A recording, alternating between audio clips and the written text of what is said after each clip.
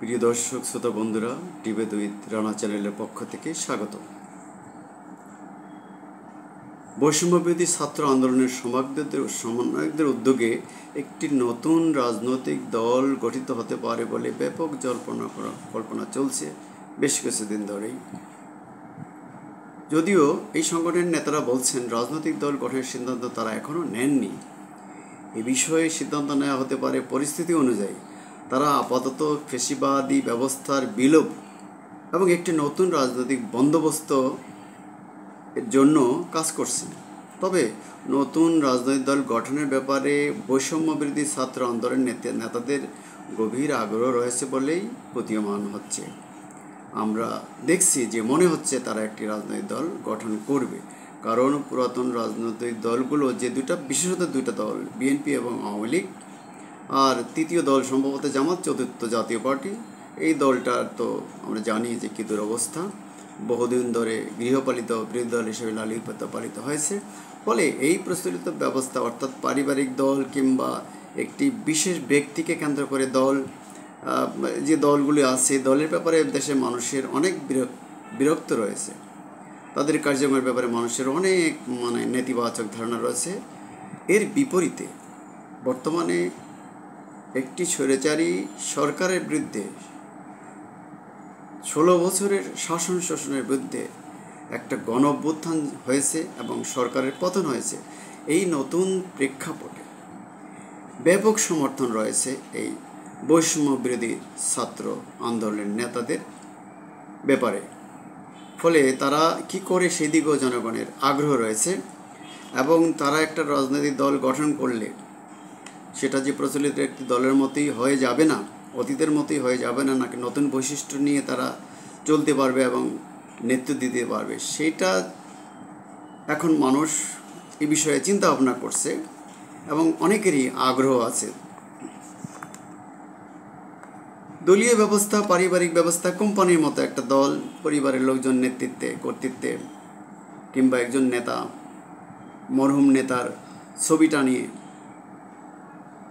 তার কিছু আবেগের কথা বলে, দুঃখ শোকের কথা বলে মানুষকে বিভ্রান্তিতে রেখে দেশ শোষণ করাটা, তার বিরুদ্ধে একটা জনমত তৈরি হয়েছে। এই ফ্যাসিবাদ একনায়কতন্ত্র প্রতিষ্ঠা বিকাশে অত্যন্ত সহায়ক কতগুলি বিষয় ছিল। হলো আমাদের দেশের জনগণের দাস মনোবৃত্তি, সংবিধান এবং এই দলগুলোর নেতাদের নেতিবাচক কতগুলি বৈশিষ্ট্য। এখান থেকে বেরিয়ে আসাটা খুব সোজা ব্যাপার না। এই যে ফ্যাসিবাদী ব্যবস্থাকে গুড়িয়ে দেওয়ার যে কথা বা ভেঙে দেওয়ার যে কথা ছাত্ররা নেতারা বলছেন, এটা খুব সহজ কাজ না, খুব কঠিন কাজ। দীর্ঘদিন আমাদের এই দেশে এর মূলে কতগুলি বিষয় প্রথিত রয়েছে, এগুলিকে উপরে ফেলে দিতে হবে, এই মানসিকতাকে উপরে ফেলে দিতে হবে।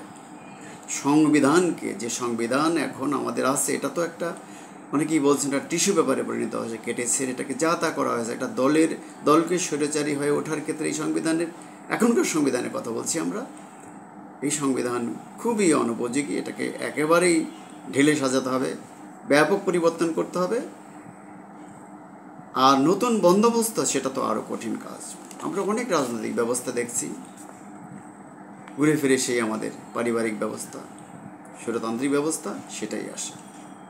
আমরা স্বাধীনতার পর বঙ্গবন্ধু শেখ মুজিবুর রহমানের সরকার দেখলাম, অভ্যুত্থানের পর মোস্তাক সাহেব, পরবর্তী জিয়াউর রহমান সাহেবের সরকার দেখলাম, এরশাদ সাহেবের সরকার দেখলাম, এবং তত্ত্বাবধায়ক সরকারের অধীনে 3টা নির্বাচনের পরে তত্ত্বাবধায়ক বাদ দিয়ে শেখ হাসিনা যে তত্ত্বাবধায়ক বাদ দিয়েছে, তারপরে যে নির্বাচনগুলি হলো, অর্থাৎ সরকারের, দলীয় সরকারের অধীনে প্রত্যেকটা নির্বাচনই ব্যাপক কারচুপি হয়েছে। কিন্তু গত শেখ হাসিনার অধীনে নির্বাচনগুলি, বিশেষ করে 3টা নির্বাচন, 14, 18, 24, একেবারে দিনের ভোট আগের দিনের রাতে 14 সালে তো 155টা সিট তারা সিকিউর করে, যেখানে বিএনপি সহবিরোধী দলগুলো নির্বাচনে যাননি, তারপরে তারা অন্য ভোটগুলি করেছেন।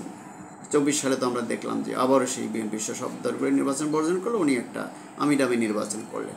এটা খুবই একটা খারাপ কাজ হয়েছে এবং এই ক্ষমতাটাকে, অবৈধ ক্ষমতাটাকে টিকিয়ে রাখার জন্য উনি যে হারে হাজার হাজার লোককে মেরে ফেলেছেন, আহত করেছেন, জেল জুলুম গুম যা করেছেন, লুটপাট, এটা ইতিহাসে একটা বিরল ঘটনা ছিল এবং গণ অভ্যুত্থান, ছাত্র জনতার অভ্যুত্থান ছিল একটি ব্যতিক্রমী ঘটনা। এটা সফল হোক আমরা চাই, তবে এটা রাজনৈতিক দল হতে পারে।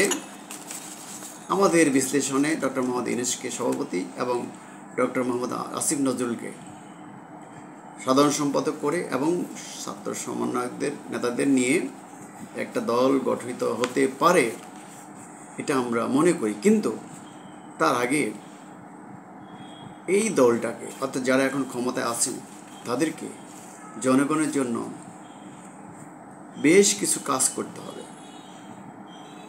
যেমন বেকারত্ব দূর করা, মানুষের দ্রব্যমূল্যের কে সাধ্যের মধ্যে নিয়ে আসা, জনগণের ক্রয় ক্ষমতার মধ্যে নিয়ে আসা পণ্য সামগ্রী, নিত্য পণ্যের দাম, বেকারত্ব দূর করে। বেকারত্ব আমাদের জন্য একটা অভিশাপ হয়ে দাঁড়িয়েছে, এটা দূর করতেই হবে, সেই উদ্যোগগুলো নিতেই হবে। জনকল্যাণ, স্বাস্থ্য ব্যবস্থার খুব দুরবস্থা, সরকারি হাসপাতালগুলোতে খুবই খারাপ অবস্থা, বেসরকারিগুলিতে যাদের টাকা আছে তারা চিকিৎসা গ্রহণ করেন, যাদের আরও বেশি টাকা আছে তারা দেশের বাইরে চলে না, বিশেষত একটা গোষ্ঠী ভারতে চলে যান। এই দেশের চিকিৎসা ব্যবস্থার উন্নয়ন করলে, ভালো কিছু হাসপাতাল প্রতিষ্ঠা করলে লোকজন ছুটে ছুটে ইন্ডিয়া বা বিদেশে যেত না, এবং পাশাপাশি সরকারি হাসপাতালগুলোতে পরীক্ষা নিরীক্ষার ব্যবস্থা শুধু দুপুরের মধ্যে নয়, সকাল 9টা থেকে দুপুর 1টার মধ্যে নয়, একেবারে বিকাল রাত পর্যন্ত যাতে মানুষ চিকিৎসা গ্রহণ করতে পারে সরকারি হাসপাতালে, সেই ব্যবস্থা করা, এটা করতে হবে। এইসব কাজগুলি করার মাধ্যমে এই সরকার যদি জনগণের আস্থা সৃষ্টি করতে পারে, জনগণের স্বৈরশাসক একনায়কতান্ত্রিক ব্যবস্থার বিপরীতে জনগণে যদি এই সরকারটা একটা আস্থা তৈরি করতে পারে, করতেই হবে, তা না হলে একটি রাজনৈতিক দল গঠন করে সে আগের মতোই হবে। সেখানে জনগণের আস্থা তৈরি করে তারা যদি মাঠে নামে, তাহলে মানুষ তাদেরকে ভোট দিতে পারে। পরিবর্তনের পক্ষে মানুষ ভোট দিতে চায়, কিন্তু সেই পরিবর্তন যেন আগের মতোই হয়ে না যায়। তাদের জনগণের কথা বলে জনগণের ক্ষমতায় এসে জনগণের উপরই লুটপাট চালানো, অত্যাচার চালানো, বা সরকারি আমলা এবং পুলিশ এই জায়গাটায় ব্যাপক পরিবর্তন। এরা তো আসলে জনগণের পাবলিক সার্ভেন্ট, জনগণের সেবক বলেন, কর্মচারী বলেন, এরা তাই, কিন্তু এরা জনগণের টাকায় বেতন নেয়, ভাতা নেয়, সুযোগ সুবিধা নেয়, অনেক বেশি সুযোগ সুবিধা। বেতন বৈষম্য এতগুলি হওয়া উচিত না, অনেক কমিয়ে আসা উচিত। কোথাও 80,000 টাকা, কোথায় 8,000 টাকা বেতনে বৈষম্যটা অর্ধবর্তী চলতে পারে। 80,000-এর জায়গায় 40,000 পর্যন্ত হতে পারে, বেশি বেতন হওয়া উচিত না। অর্থাৎ জনগণের টাকায় কম তারা চাকরি করবে, কিন্তু জনগণের ঘাড়ে বসে জনগণকে আচ্ছা মতো নির্যাতন চালাবে, এটা হয় না। তো এটার পরিবর্তন করতে হবে। তাহলে জনগণ যদি মনে করে এই সরকারটা আমাদের চাকরি ব্যবস্থা করবে, এই সরকারটা আমাদের স্বাস্থ্যের ব্যবস্থা করবে, এই সরকারটা আমাদের ভেঙে পড়া শিক্ষা ব্যবস্থা পুনর্গঠন করবে, এই সরকারটা আমাদের স্বাস্থ্য ব্যবস্থার উন্নয়ন করবে, এই সরকার ব্যবস্থা আমাদের বেকারত্ব দূর করবে, এই সরকার ব্যবস্থা আমাদের সকল দিক থেকে ব্যবসাটা যে লুটপাট করে সেটা বন্ধ করতে হবে, পণ্যের দাম সাধ্যের ক্রয়ের মধ্যে থাকবে, এবং রাত্রিতে তারা দরজা খুলে শান্তিতে নাক ডেকে ঘুমাতে পারবে, দুমুঠো ভাত ডাল ভাত খেতে পারে। জনগণ তো সিংহাসন চায় না, তারা এটাই চাই, আস্থাটাই জনগণকে নিতে হবে। এবং এটা করতে পারলেই বৈষম্যবিরোধী ছাত্ররা যদি একটি দল করতে চায়, তাহলে মানুষ তাদের আস্থার ভিত্তিতেই এই দলটার প্রতি সমর্থন দেবে। আমি বারবার বলছি, এই আস্থা এই বৈষম্য বিরোধী ছাত্র এবং আর তাদের সমর্থক জনগণ, যারা এখন যাদের সমর্থন নিয়ে সরকারে আছেন, তারা যদি সৃষ্টি করতে পারেন, কেবলই একটি রাজনৈতিক দল গঠন করতে পারেন। আদারওয়াইজ আমরা যে তিমিরে ছিলাম সেই তিমিরেই থেকে যাব।